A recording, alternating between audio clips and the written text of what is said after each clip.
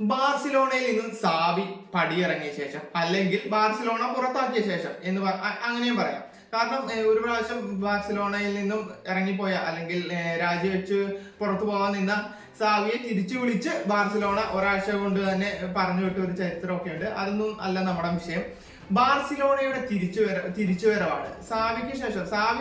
സാവിയുടെ ഒരു കാലഘട്ടത്തിലാണ് ബാർസിലോണ ശരിക്കും ഒരു കൃത്യമായ ഒരു തിരിച്ചുവരവ് നടത്തിയത്. മെസ്സി ബാർസ വിട്ട ശേഷം ബാർസിലോണ എന്ന് പറയുന്നത് വളരെ ഒരു ആ പ്രതാപത്തിന്റെ നിഴൽ മാത്രമായി മാറിയിരുന്നു. പിന്നീട് സാവി മാനേജറായി തിരിച്ചു വന്നതിന് ശേഷമാണ് ബാർസിലോണ മികച്ച ഒരു തിരിച്ചുവരവ് നടത്തിയത്.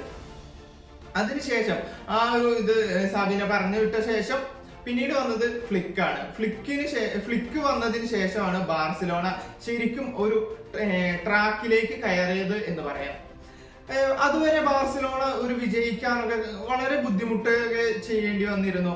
എന്നാൽ ഫ്ലിക്ക് വന്നതിന് ശേഷം ഫ്ലിക്ക് വലിയ മാറ്റങ്ങൾ എന്ന് പറഞ്ഞു കഴിഞ്ഞാൽ യുവതാരങ്ങളിലായിരുന്നു ഫ്ലിക്കിന്റെ വിശ്വാസം മുഴുവൻ.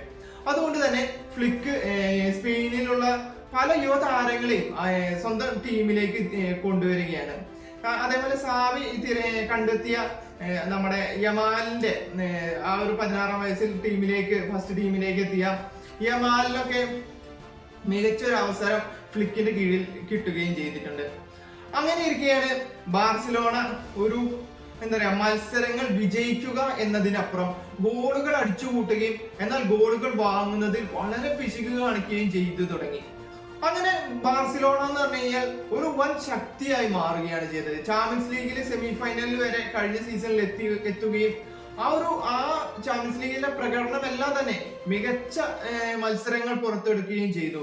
അതേപോലെ കഴിഞ്ഞ പ്രാവശ്യം റയൽ മാഡ്രിഡിനോട് ഒരു എൽ ക്ലാസിക്കോയിൽ പോലും പരാജയപ്പെടാൻ ഫ്ലിക്ക് സമ്മതിച്ചിട്ടില്ല എന്നും പറയാം.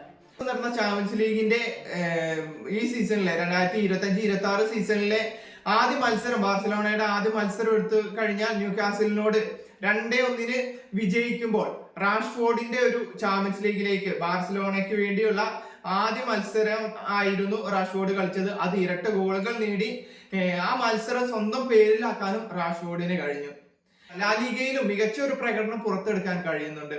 ഇപ്പൊ 4 മത്സരങ്ങളിൽ 3 വിജയിക്കുകയും ഒരു സമനിലയാണ്. അപ്പോൾ കഴിഞ്ഞ ലാലിഗയിലെ അവസാന മത്സരത്തിൽ വലൻസിയനോട് 6-0 വിജയിച്ചിരിക്കുന്നത്.